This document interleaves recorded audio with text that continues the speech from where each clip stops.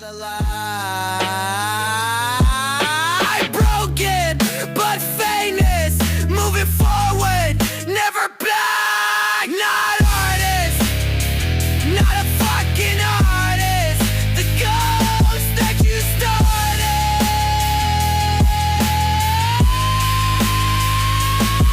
They feel me, they bleed with me.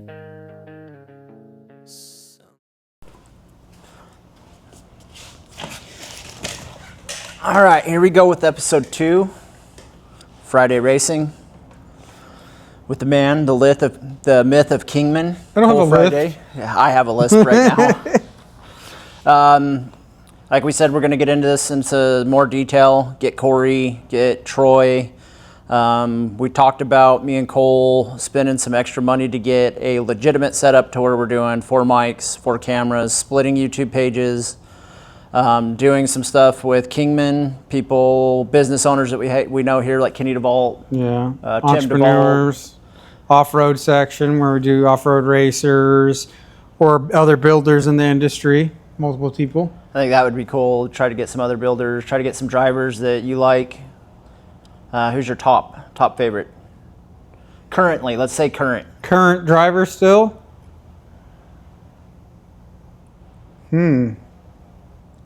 I mean, I'm an Andy McMillan fan, but if I had to interview, I'd probably pick Alan Impudia. Really? I don't know why. He'd be a fun one to interview. I think he'd be pretty cool to do. I bet he's got some good stories. I'd like to do Luke. I'd like to do Luke or Harley Lettner. Harley, yeah. Harley, I think he would. I just don't camera angle. Height. Yeah, he's a lot taller than He's us. way taller. Yeah, we definitely have to have 4 cameras for him. He'd be a fun one. We've already talked about who Cole Friday is and everything. Also get some customers, Alan, Lee. So people that have been customers, which at that time John would be doing the interviewing, not me. Right.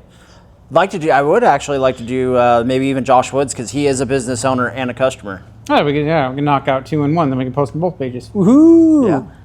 That's 300 cool. followers. Here we come. Let's jump into kind of know the basis of how Friday Racing started, but get into a little more detail on it. Now I got to remember what we talked about. Talked about the haters. When you were down in Mexico and a certain individual told you. Oh yeah. We talked about that one. Yeah, how we got started. But really, what did it take for you to start it? What were some of the challenges you had to jump against to actually get into the shop? Money. So basically I had to decide if I was going to be done racing or building. Couldn't do both at the time. So I decided, no, we're done racing and I'll sell the car, put the money into the business and start it with the money I sell from the car. Luckily, thanks to Troy, let me meet Herman, introduced us. He was looking for a car. He ended up buying my current car that I built. And then the day that he bought my car, didn't even test drive it or nothing, just loaded it up. Super cool guy.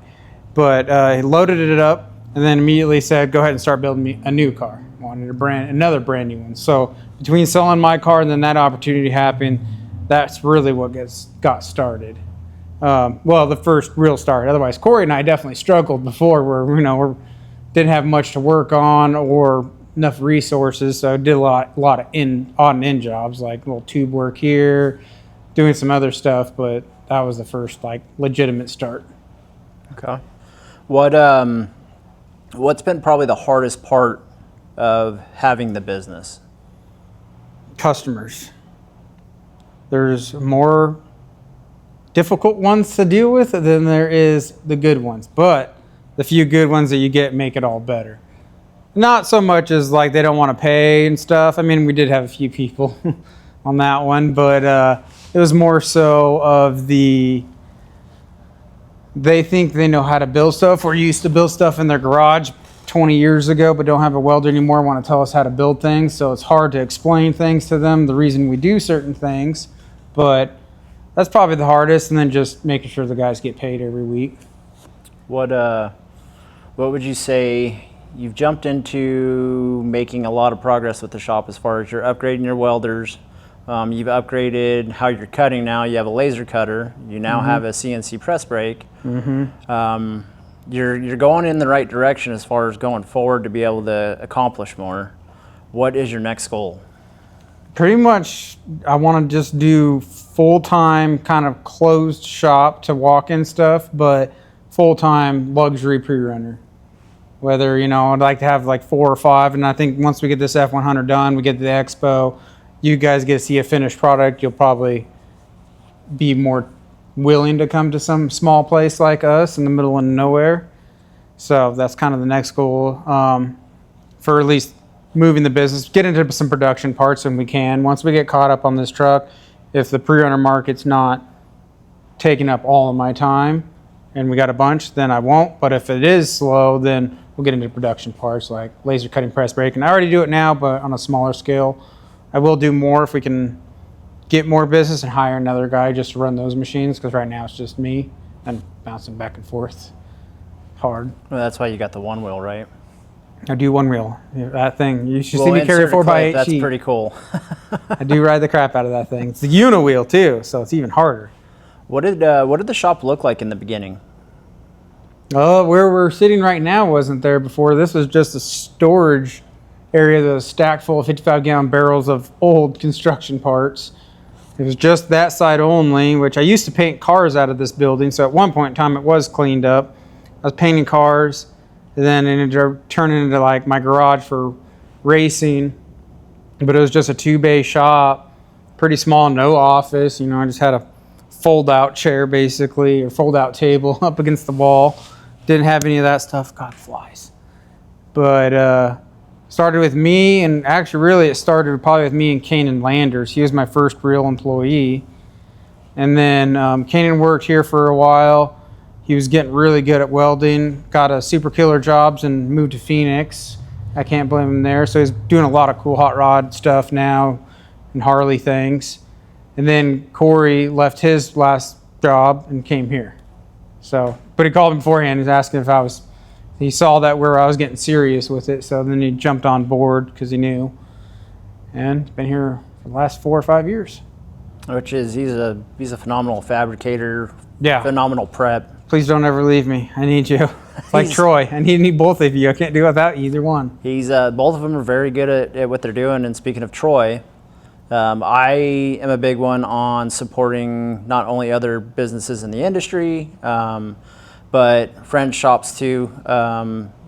Friends that own shops that might not necessarily be in the industry. And Troy, if you like this shirt, Quick Saw Racing, It's got a bunch. you can purchase these on his website. If you haven't checked his website out, check it out. He's got pretty much full access to Kawasaki, Honda, Polaris RZR, Can-Am, everything I've seen on there part-wise. I Yeah, mean, he's pretty much a dealer for all like CA, CT, Lone Star stuff. I mean, he's got everything on his website, so it's kind of nice. So it's like a Rocky Mountain MC for dirt bikes, but he's a one-stop shop. one-stop shop. You can get just about everything. And if he doesn't have it on his website, email him, because I bet you he can get it. Yep. What would you say was the first job you got that really made you think, I can do this? I can make something of this. This is what I want to do. Well, I mean, I started with doing just bolt-on cages, and that was fun and all, but it was so hard at the time to reproduce that many, competing with like Cage Works and those other guys. I knew I liked doing that, but I wanted to progress into the full builds, and probably for the UTV side, the real start of it was Herman. Building him a car. We built him several cars after that, actually. And then would have been, for truck side, would have been Lee. I mean, we did a couple small things, but Lee's was the first one. I'm like, yeah, I phase out of the UTVs and just go into these spec trucks / AC, heat, everything else in them kind of trucks. That truck it turned out phenomenal. Yeah, his truck is awesome. That'll be up at the Off-Road Expo this year, too. Like to see if at the end of the year he does end up jumping to that bigger motor. Yeah, he did. Lee did. So it has his old spec 351 Windsor that's been stroked out to like a 373. It's an old 6100 spec motor. They're very hard engines to find. It runs super good. But Lee has been chomping at the bit, talking about doing, 427 small block Ford, pump out about 700 horsepower, which I imagine we're going to be doing a shock upgrade. Yeah, Well, the front's is solid. the rear. The rears, we Gonna could need upgrade to some bigger ones, which I imagine is probably going to happen, and then a custom shock tune. Yeah, he'll definitely need a custom shock tune. Which I will like, though, if we do replace engine. I mean, it will suck because it'd be a lot of work just doing stuff, remounting all the stuff, accessories on the engine, plugging everything back in. But it gives us a chance to have the engine and transmission all the way out, so we can finish boxing in all the frame sections that we want and address anything else that we want. Possibly put a mid plate in it. I don't know. I mean, it's been fine like it is, so probably not. But depends on what Lee wants. Lee gets what Lee wants. Yes, Lee gets what Lee wants. He's a Long as cool Robin guy. approves. If you've ever hung out or if you even know Lee, man, him and Dawson are such good people to hang around. They're fun and they're down for whatever. I dare somebody to try and find somebody that doesn't like Lee or Dawson. You won't. You won't. I don't think you will. What I've about the never most heard. likable people you will ever meet and the funnest to hang out with? Yeah, they're great. I mean, they're down to help out with whatever. It doesn't matter. You could Oh, yeah. wouldn't necessarily say you call them at 1 a.m, but you probably could call them at 1 a.m. saying that you're stuck in the mud. out in the mud in the field, and somehow, some way, he's gonna find a way to come get you. So Yeah, which any of my friends out there watching that noticed, I think finally some of my friends, Casey, typical, got rained. I get a call about midnight. I'm stuck in the mud. Smart enough, though, I have learned over the years in being a construction, because we have access to backhoe, stop answering my phone after it rains. So don't call me if you get stuck in the mud. I'm not going to come pull you out. Well, I've done it way too many times. then you got to figure out where the backhoe's at because Kingman's getting bigger. And you Yeah, got that, and then I get the projects going backhoe on. stuck, and I'm sitting there digging myself out. Done that before. Sorry, Dad. That's always fun. That's the fun part. Yeah. What would you say people assume is the easiest part of having a business? Like, people probably look at it from the inside or from the outside in, and they see little clips, they see little things, but they don't actually see 100% of what's going on inside the no. shop. No, you guys don't even see a quarter of it. The amount of stuff that Corey does all day and Jeff just nonstop moving and so many little brackets, welding, cleaning the weld, letting the weld cool, wipe things down, grinding. It's a full-time process.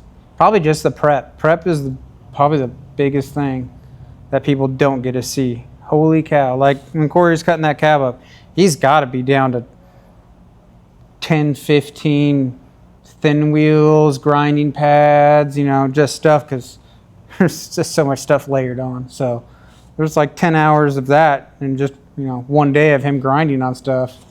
It's not even cleaned up all the way or done. Right, you're still gonna.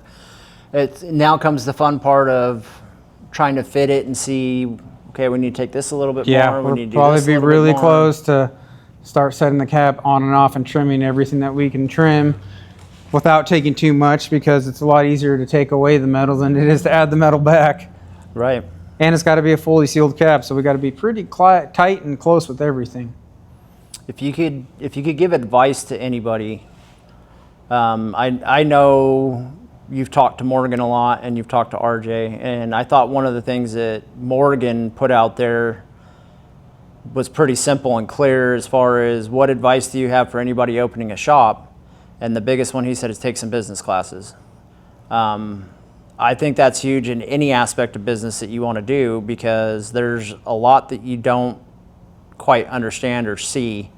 Kind of go into detail on a little bit of that, of what your process of that is. Well, I can see why he would say business class, mainly because that way you can learn not so much about economics, but more so probably the math side of it, bookkeeping, the tax type of stuff. What kind of license do you need? Are you C Corp, S Corp, sole proprietorship, tons of stuff. Learning how to, 1099s or the W-2 forms for everything like that for your employees. Just the book side of it is important to know. There's still a ton of stuff I'm still learning to this day. Luckily, Troy is always as good at everything, so he helps me with certain things. He's been running a business a lot longer than me.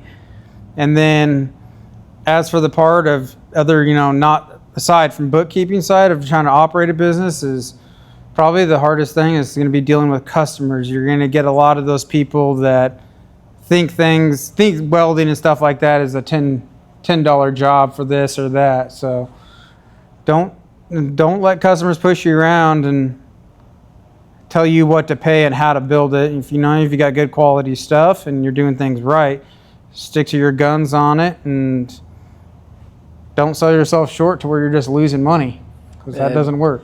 I learned the hard way. I've seen it a lot, and I've done it myself with some of the smaller stuff I've done, where you talk to somebody or a buddy or somebody comes to you by word of mouth, and this is what I want, and you start doing it, and then all of a sudden it's like, well, hey, can you add this? Hey, can you add that? Yes. And next thing you know, you've added 20, 30 hours into some, and even more. It can go way beyond that. Oh yeah, that's the biggest thing is, if we're doing a big truck build or something and it has, if it's a big build, we'll do a bunch of CAD modeling for it, 3D scanning. So if we don't know what it's supposed to be at the end, and you start adding stuff in the middle, it makes it drastically harder, because we plan to do a certain path. So say we do, this type of bumper, this engine cage, or whatever it may be.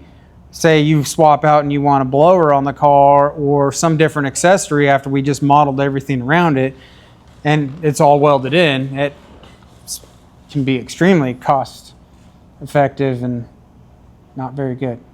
Makes it difficult. And then the customer's mad because, he didn't think it's very easy. So it's a long process. What do you think has surprised you the most in owning a business?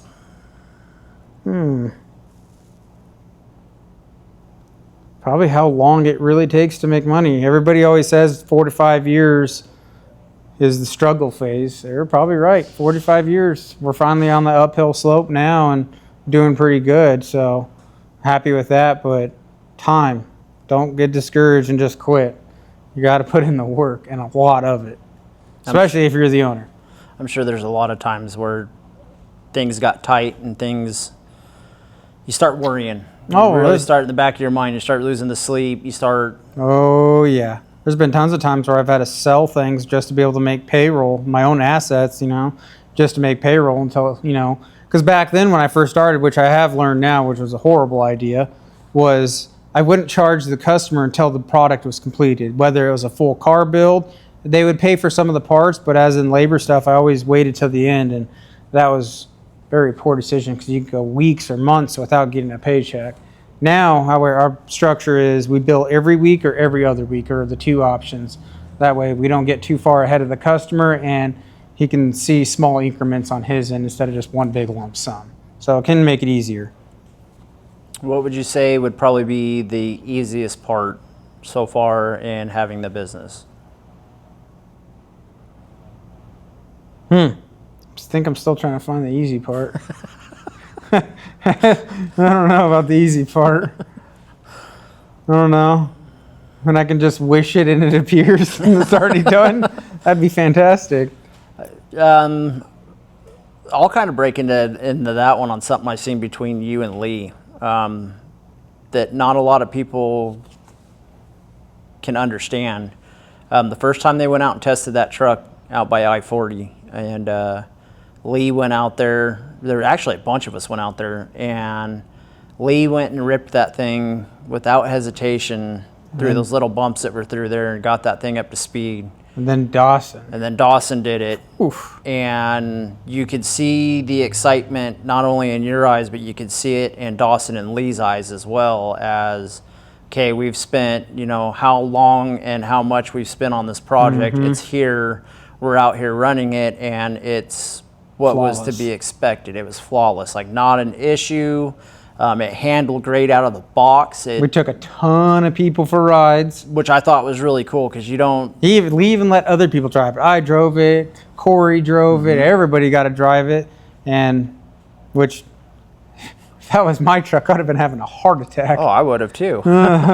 Because that was a very expensive truck. It's a very nice truck. They are, and there's a couple spots out there that's pretty easy to wad one of those up if you don't know that trail very well. But no, it went good. We had a wonderful day. Yeah, that's the best part of owning the business, is seeing the customer. Lee was so happy and excited. They had so much fun. So that's my favorite. Seeing when customers are excited and happy and appreciate the work that we do, that's the best. That takes all the other crap out. Heck yeah. What's equipment wise? What's your next goal? And I know you're a little ways away from it, but ultimately to keep building, you're going to have to keep growing. You can't just Yep. get to this point. What are you looking for down the road?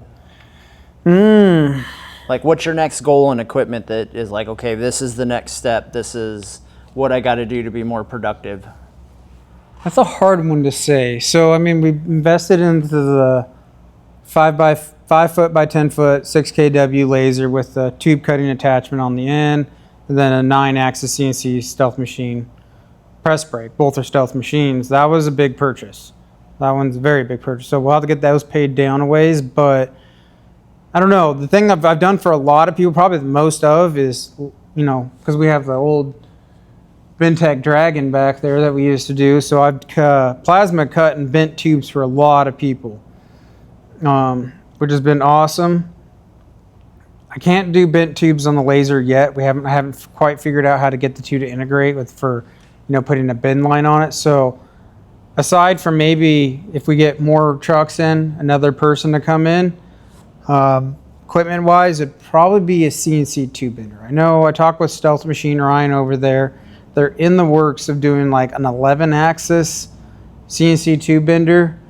I don't even know how you get 11 axes, but apparently, you know, it can roll, do this, all sorts of things. Could be less. I don't know. But they're still in the process of designing and building one.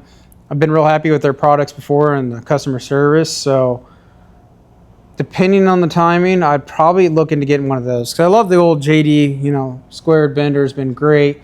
But when you start getting into stuff like this, it's fixtured. If I just get, you know, you can't even physically see it or tell, like 0.1 degree different rotation on the bent tube from side to side throws a lot of stuff off. And it's almost impossible for me not to get a little bit of variance from a mirrored tube to a normal tube. So probably if I had to do that, would be the tube bender, would be the next one, aside from a bigger shop. Bigger shop would be nice. You can use it. You can definitely use it because I see. Yeah, it gets packed very fast. I mean, we can do like one full complete build, one, you know, if it needed to be here for a couple days kind of area, and then one for maybe the in and out of day stuff. But it can easily get just congested with one full truck build depending where we're at in the stage. So obviously the fixture table takes up a chunk of the shop. And then you start thinking about putting 2 or 3 of those side by side with each other. Yeah, it's going to get crowded. I would think ultimately if you could, and I've heard this from other builders too, and I know a lot of other builders that do this, but ultimately if you had, say, 2 or 3 customers that were all going the same direction with the same design, the same everything, ultimately you just put those 2 side by side or in tray, and then yeah. One day install this part. Here. Next day install the same part on the other chassis and just build them in tandem. I wanted to build this one first, so that way, you know, when it comes to the end of it, I can see if there's certain things that I want to change. But then after that, if say somebody wanted 2 F100s, if I could get so lucky to get that at roughly at the same time, building them in tandem would be 100 times easier. Granted, we'll have twice as much fixturing and everything like that, but just being able to do the assembly line process, once you do it once, it's always easier the second time. Right, you got all the bugs figured out. Yeah, we know exactly what to do, where this plate goes, where that tube goes. We had to change that. This worked out if we did it better this way. Because we have to figure out the welding process, so we have to sit there for a couple hours at times, and we all go over what tube to pop out, where we're going to cut it, and certain things like that to get certain joints welded. So there's a lot of planning. And once you know the plan, it's always easier. Would you turn it down if you had a client come in and say, hey, I want a 6100 truck, I want a race truck, or I want a 2-wheel drive trophy truck? Is that something that you would? 100%. It'd be so much easier to build. There is no AC to worry about, no power windows, no windshield wipers, no windows. No steel cab? No steel cab, fiberglass, minimal paneling. It's not a sealed cab. trophy truck would be, I mean, this virtually is a 6100 chassis. I'd change a few things for it. Obviously, we wouldn't have that big shock tower. It'd be something a lot more different for a 6100 because it'd be a spec LS or whatever, but 100 times easier. There's a lot less to worry about. The only thing you'd have to do is decide if you wanted an onboard jack system, hydraulic jack system to lift you on tire changes. Those are very expensive in themselves to do, and they are kind of a high fail point. So it depends if you want that or just a good old floor jack.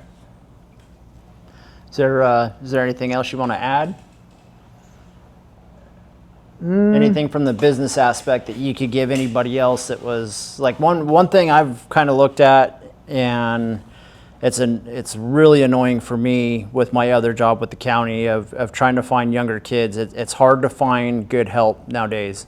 I've watched different people talk about it, and Dana White is somebody that I follow that he said at one time, if you're a savage, you will run people over. And I've had a couple kids that have came through working for me that are absolute savage. They have that work ethic. They want something. They have goals. They're driven.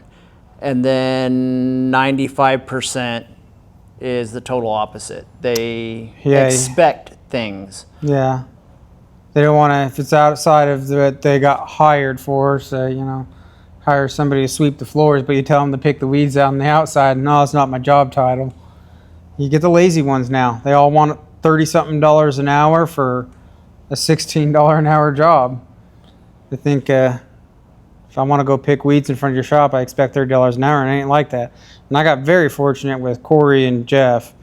Couldn't have more of a better welder, fabricator, and a welder. It was insane, so very lucky on that one. Wouldn't mind finding one of those young skilled people if I could get somebody that's, a good MIG welder and good mechanic skills would be helpful. When it comes time for doing preps and certain things like that. If we're in the middle of building chassis, it would be a nice one. But it's hard to find a kid that wants to work hard nowadays. It is. It's kind different of time. Disappointing. It's way disappointing. Yeah. But they're out there. There are some kids out there.